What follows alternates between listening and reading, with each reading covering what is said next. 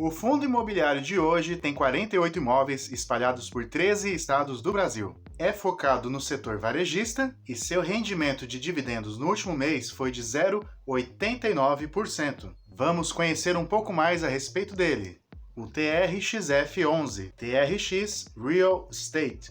Antes de mais nada, conta aqui para mim, você tem cotas desse fundo na sua carteira? Acha ele muito arriscado por conta da alavancagem, que eu vou falar um pouco mais lá à frente, ou esse risco está adequado para o seu perfil? Se você é novo aqui no canal, muito prazer, eu sou Alex Silva, você está no PPF, Primeiros Passos em FIIs, seja bem-vindo. Toda semana tem um vídeo novo e para você não perder nenhum, vai clicando logo aqui no botão vermelho de inscrever-se e ativa o sininho para receber todas as notificações. O TRXF11 é um fundo imobiliário do segmento de tijolo e investe, portanto, em imóveis físicos, especialmente dos setores de atacado e varejo.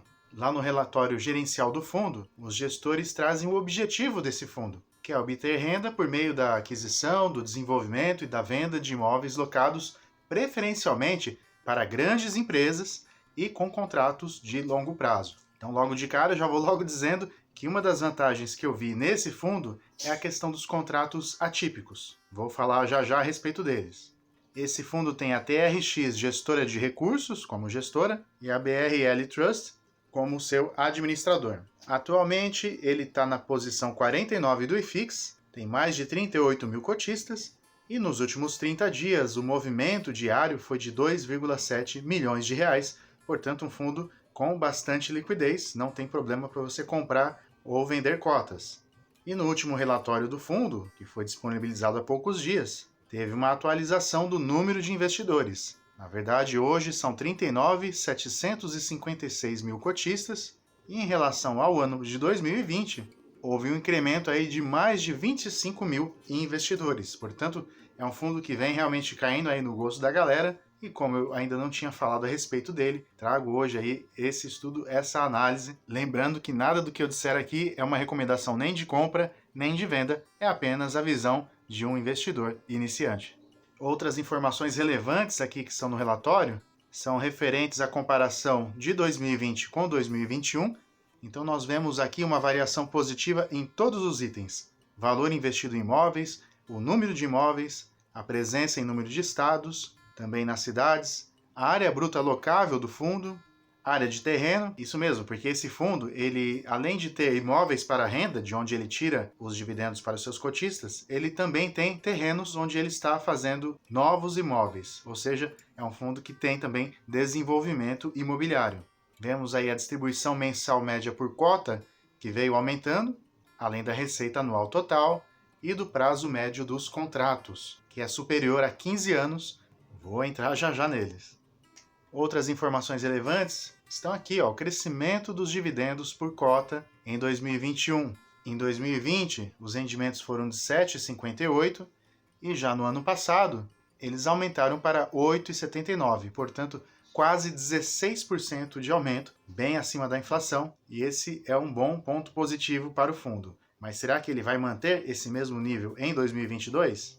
E em relação à distribuição mensal, quem tinha cotas desse fundo lá no dia 30 de dezembro vai receber agora, em 14 de janeiro, 90 centavos por cota, que representa um dividend yield anualizado de 10,6%, quase 10,7%, considerando a cota sobre o mercado de R$ 101,07. Obviamente, dividendos passados não representam uma garantia no futuro, mas quando a gente observa aqui esse outro gráfico, estou usando informações dos sites Funds Explorer e também Status Invest, vemos aqui que nos últimos 4 meses o fundo veio aumentando os seus dividendos. Como já foi dito, o próximo dividendo será de 90 centavos, o que representa 0,89% de rendimento, e considerando os últimos 12 meses, o dividend yield foi de 8,7%. E como eu disse, se ele mantiver esse mesmo patamar de 90 centavos, o dividend yield anual vai ser de quase 11%, portanto, muito bom para um fundo de tijolo. Quando olhamos aqui a cotação, ela está ali orbitando na casa dos R$100. No último ano o valor mínimo foi de 94, chegou a quase 112, portanto está ali no meio do caminho. E houve uma pequena desvalorização nesse período de 1,52%. Ele está um pouquinho abaixo do seu valor patrimonial, o que pode representar uma oportunidade de entrar a um bom preço. E como foi dito, ele está espalhado aí por vários estados brasileiros. A maior parte dos seus imóveis está voltado para o setor de varejo, mas tem uma pequena parte também do setor logístico. Em relação aos segmentos de atuação, a maior parte atacadista, depois vem o varejo e tem também casa e construção. E 97% dos contratos são atípicos, ou seja, são aqueles contratos longos, né, que vão demorar muito a vencer, e caso o locatário decida sair antes do término, ele precisa pagar todos os aluguéis que ele pagaria até o término do contrato.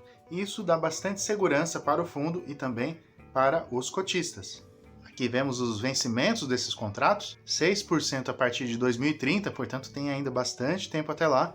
65%, quase 66%, ou seja, 2/3 do fundo vencendo os contratos lá em 2035, aí tem uma pequena parcela em 2036 e 1/4 dos contratos vencendo somente 2041 ou mais. Portanto, no quesito segurança, parece ser bem tranquilo em relação a esse fundo. E isso achei muito interessante dele, porque embora sendo um fundo de varejo, ele tem essas características aí de fundo logístico, né, de contratos longos, mas é um fundo que tem uma dinâmica também bastante interessante, porque o varejo depende muito aí, né, das pessoas, e as pessoas não deixam de consumir, portanto, é um setor bastante promissor, na minha opinião, em relação aos fundos imobiliários.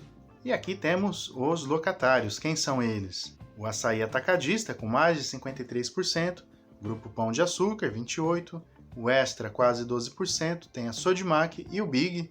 Aí, na verdade, né, Big, Extra, Pão de Açúcar ali, praticamente a mesma coisa. São setores aí que muito dificilmente vão entrar em crise profunda, né? Mesmo durante a pandemia, mantiveram atividade constante e não teve muito impacto aí para os cotistas desse fundo. Temos aqui, né, uma imagem aí do Açaí Atacadista. Acho que todo mundo, né, já ou pelo menos viu ou entrou em uma dessas lojas. Não vamos entrar, obviamente, em todos, mas temos aqui alguns imóveis do Grupo Pão de Açúcar, lá em Pernambuco, no interior de São Paulo, na Grande São Paulo, lojas Extra também em São Paulo, no Rio de Janeiro e no litoral paulista. Mas esse fundo, talvez ele tenha um problema para você que talvez não se sinta muito confortável com fundos alavancados, né? O que é um fundo alavancado? Os fundos imobiliários não podem ter dívida, aquelas dívidas clássicas. Portanto, o que alguns fundos fazem para crescer? Eles pegam esse fluxo de aluguéis que tem para vencer, securitizam esses valores, criam um certificado de recebíveis imobiliários, vendem esse certificado e com o dinheiro que eles recebem, fazem novas aquisições. Inclusive, os gestores explicaram isso nesse último relatório, né, dizendo aqui que no último dia 10 de dezembro, eles fizeram uma live com o Rodrigo Colombo, que é um dos grandes youtubers aqui, que trata também sobre fundos imobiliários. E eles explicaram ali os objetivos dessa alavancagem, e isso está tudo mais detalhado aí no relatório gerencial que eu estou deixando aqui embaixo na descrição. E o que isso significa? Que o fundo ele tem que pagar essa dívida, mas os contratos foram feitos de modo que a dívida e as receitas elas se equilibram. Na verdade, tem até um pouquinho mais de receita, tem uma eficiência financeira dentro dessa operação, mas obviamente que tem alguns riscos. Por exemplo, se o fundo não performar tão bem quanto esperado, em última instância, os imóveis podem ser tomados como garantia.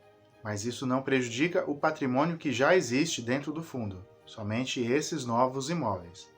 Mas os gestores dizem que estão bem tranquilos em relação a isso, porque esses contratos de securitização envolvem o Pão de Açúcar e o Açaí, e dificilmente deve haver algum problema de inadimplência. Não dá para dizer que é 100% garantido, porque nada é garantido na realidade. Bom, vantagens desse fundo: a segurança, dividendos crescentes, bons locatários, mas por outro lado, tem esse risco aí da alavancagem. Bom, vale lembrar, né, que na verdade a gente não pode, né, colocar um grande patrimônio em um único fundo, mas o TRXF me parece ser um bom ativo para compor uma carteira. Deixa aqui para mim a sua opinião e a gente se vê na próxima semana. Um grande abraço e até lá!